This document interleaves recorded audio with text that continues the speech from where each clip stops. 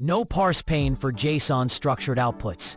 By the end, you will reliably turn text JSON into validated Python dictionaries. Pick the right candidate output automatically and emit only the fields your pipeline expects. You will see how schema rules change which candidate is accepted and how to trim records for downstream models. I'm Professor Pi, teaching AI engineering and LLM systems from basics to advanced in simple Python.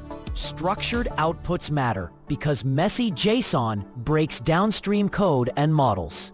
You often get responses that look right, but contain wrong types, missing keys, or extra junk. Success means predictable, typed objects that safe downstream code can consume without runtime guessing.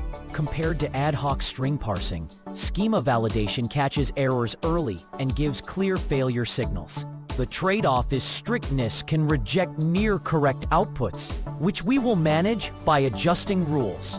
At heart, JSON schema lets you describe the shape and types you expect, like name as text and email as text with a format rule.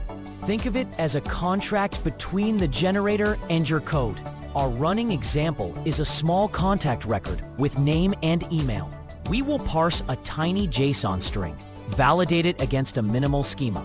Choose the first valid candidate from several noisy candidates. Tighten the email rule so different candidates become valid or invalid. And finally, filter the record to only approved fields. That is the pipeline preview right before we look at the first snippet. This snippet parses a tiny JSON string into a Python dictionary. This snippet reads a raw text representation of an object and turns it into the language native mapping you work with in Python. It demonstrates basic parsing success and failure modes, like malformed quotes or missing commas. If the input is well formed, you get a dictionary you can index by keys. If it is badly formed, you will get a parse error you can catch and log. Changing the input string will either produce a clean object for validation or trigger the early parse failure that prevents later confusion. Next, we validate that parsed object against a set of rules. This example validates the parsed object against a minimal JSON schema.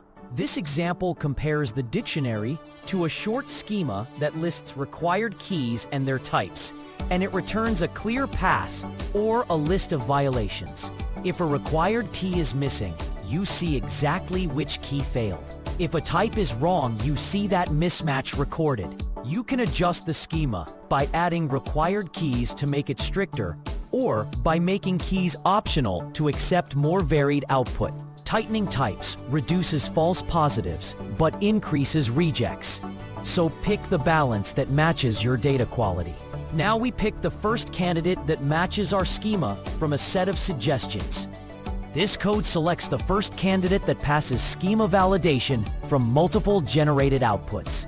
This code shows how you can iterate a small list of alternatives and stop on the first one that conforms to the contract. The ordering of candidates matters because earlier choices are favored, so changing the generation strategy or the number of candidates changes which result is selected. If you increase how many candidates you check, you raise the chance of finding a valid one at the cost of extra validation time. If you reduce it, you lower latency but risk more rejects. Next, we enforce a stricter rule for the email field and observe a different winner.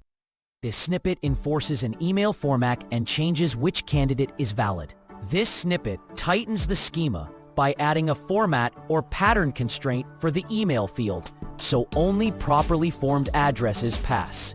The result shows how a single rule can flip which candidate is accepted, because some candidates had malformed emails while others had correct ones. You can tune the format rule by using a loose pattern to allow more legacy addresses, or a strict pattern to enforce modern standards. Stricter patterns cut downstream surprises, but increase rejection rate. Finally, we remove any extra noise and keep only the fields the schema allows. This example filters a raw record to only the schema-approved fields before returning it to the rest of the system.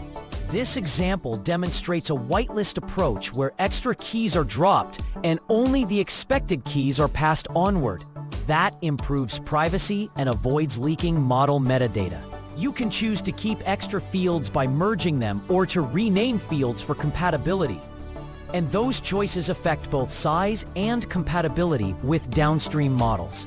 Trimming reduces unexpected runtime errors and keeps your data predictable and small for later steps. Recap: it is a small pipeline that parses JSON, validates it with JSON Schema, picks a valid candidate, tightens rules like email format, and filters to approved fields. Use this when you need reliable structured outputs from generators or APIs, and when downstream code cannot tolerate surprises. One caveat is that strict schemas will reject near-correct outputs, so balance strictness with tolerance.